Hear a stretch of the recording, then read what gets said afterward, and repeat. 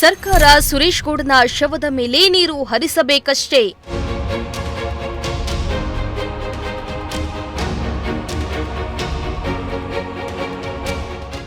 ಸರ್ಕಾರ ಕಾಮಗಾರಿಗೆ ಮುಂದಾದರೆ ಪರಿಣಾಮ ನೆಟ್ಟಗಿರೋಲ್ಲ.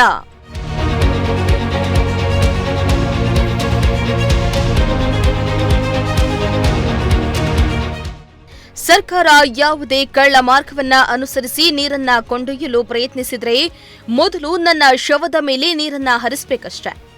ಯಾವುದಾದ್ರೂ ಸಂಸ್ಥೆಯ ಮುಖಾಂತರ ತನಿಖೆ ನಡೆಸಿ ಸಾಧಕ ಬೋಧಕಗಳನ್ನ ಶಾಸಕರಿಗೆ ಹಾಗೂ ರೈತರಿಗೆ ತಿಳಿಸಬೇಕು. ಸರ್ಕಾರ ಆನೆ ನಡೆದಿದ್ದೇ ದಾರಿ ಎಂಬ ರೀತಿ ಹೋದರೆ ಅದನ್ನ ಸಹಿಸಿಕೊಳ್ಳಲು ಸಾಧ್ಯವಿಲ್ಲ ಎಂದು ತುಮಕೂರಿನಲ್ಲಿ ಸುರೇಶ್ ಗೌಡ ಸರ್ಕಾರ ವಿರುದ್ಧ ಕಿಡಿಕಾರಿದ್ರು.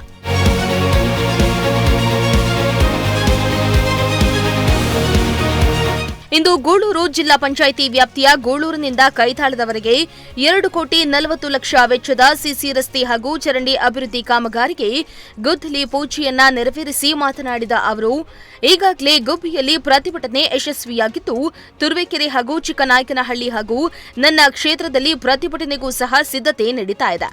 ಕುಣಿಗಲ್ ಹಾಗೂ ಮಾಗಡಿಗೆ ನಾಲೆಯ ಮುಖಾಂತರ ನೀರನ್ನ ತೆಗೆದುಕೊಂಡು ಹೋಗಲು ಕಳ್ಳ ಮಾರ್ಗ ಹಿಡಿದ್ರೆ ಪರಿಣಾಮ ನೆಟ್ಟಗಿರೋಲ್ಲ ಎಂದಿದ್ದಾರೆ. ಅಲ್ಲಿನ ಶಾಸಕರು ಒಪ್ಪಿ ಅನ್ನೋದಕ್ಕೂ ತಕರಾರಿಲ್ಲ. ಆದರೆ ಯಾವುದೇ ನೀರು ಮಾಗಡಿಗೆ ಹೋಗ್ಬೇಕಾರಾಗಲಿ, ಕುಣಿಗಲ್ಗೆ ಹೋಗ್ಬೇಕಾರಾಗಲಿ ನಾಲೆ ಮುಖಾಂತರ ಹೋಗಬೇಕು. ಕಳ್ಳ ಮಾರ್ಗದಲ್ಲಿ ಕಳ್ಳ ಹಾದಿಯಲ್ಲಿ ಹೋಗಬಾರ್ದು ಅನ್ನೋದೇ ನಮ್ದು ಒತ್ತಾಯ. ಮುಖ್ಯಮಂತ್ರಿಗಳು ಸಭೆ ಕರೆದು ತಮ್ಮ ವಿಶ್ವಾಸ ಗಳಿಸ್ತೀನಿ ಅಂತ ಹೇಳಿದ್ರು. ಯಾರೇ ವಿಶ್ವಾಸ ಗಳಿಸ್ಬೇಕಾದ್ರೆ ಪ್ರಜಾಪ್ರಭುತ್ವದಲ್ಲಿ ಒಂದು ಮನೋಧರ್ಮ ಇದೆ. ಜನರ ಒಂದು ಬೇಡಿಕೆ ಏನಿದೆ, ಅವೈಜ್ಞಾನಿಕವಾಗಿದೆ ಅಂತೇಳಿ ಇಡೀ ತುಮಕೂರು ಜಿಲ್ಲೆಯ ಜನ ಕೂಗ್ತಾ ಇದ್ದೇವೆ. ಅದನ್ನು ನಾವು ಹೇಳ್ತಾ ಇದ್ದೇವೆ, ಇಂಡಿಯನ್ ಇನ್ಸ್ಟಿಟ್ಯೂಟ್ ಆಫ್ ಸೈನ್ಸ್ ಅಥವಾ IIT ಧಾರವಾಡ ಅಥವಾ 3ನೇ ಸಂಸ್ಥೆ ಮುಖಾಂತರ ಇದನ್ನು ತನಿಖೆ ನಡೆಸಬೇಕು, ಇದನ್ನು ಎನ್ಕ್ವೈರಿ ಮಾಡಬೇಕು, ಇದು ಆಗುವವುಗಳನ್ನು ಸಾಧಕ ಬಾಧಕಗಳನ್ನು ಪರಿಶೀಲಿಸಬೇಕು. ಅದಾದಮೇಲೆ ಅದನ್ನು ಒಪ್ಪುವಂಥ ಕೆಲಸ ಆಗಬೇಕು.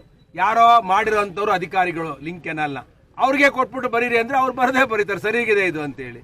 ಅದರಿಂದ ಇದನ್ನು ಒಪ್ಪಕ್ಕಾಗಲ್ಲ. ಅದರಿಂದ ನಾವು ಹೋರಾಟ ಮಾಡ್ತಿದ್ದೇವೆ. ಹೋರಾಟ ಯಶಸ್ವಿಯಾಗಿದೆ. ರೈತರು ವಾಲಂಟ್ರಿಯಾಗಿ ಬಂದು ಮಾಡ್ತಾ ಇದ್ದಾರೆ. ಗುಬ್ಬಿ ಮತ್ತೆ ಪ್ರಾರಂಭ ಆಗಿದೆ. ನೆಕ್ಸ್ಟ್ ತುರುವೇಕೆರೆಯವರು ಹೋರಾಟ ಮಾಡ್ತೀವಿ. ನೆಕ್ಸ್ಟ್ ಈ ಸಂದರ್ಭದಲ್ಲಿ ಗ್ರಾಮ ಪಂಚಾಯಿತಿ ಸದಸ್ಯರು, ಮುಖಂಡರು, ಗ್ರಾಮಸ್ಥರು ಹಾಜರಿದ್ದರು.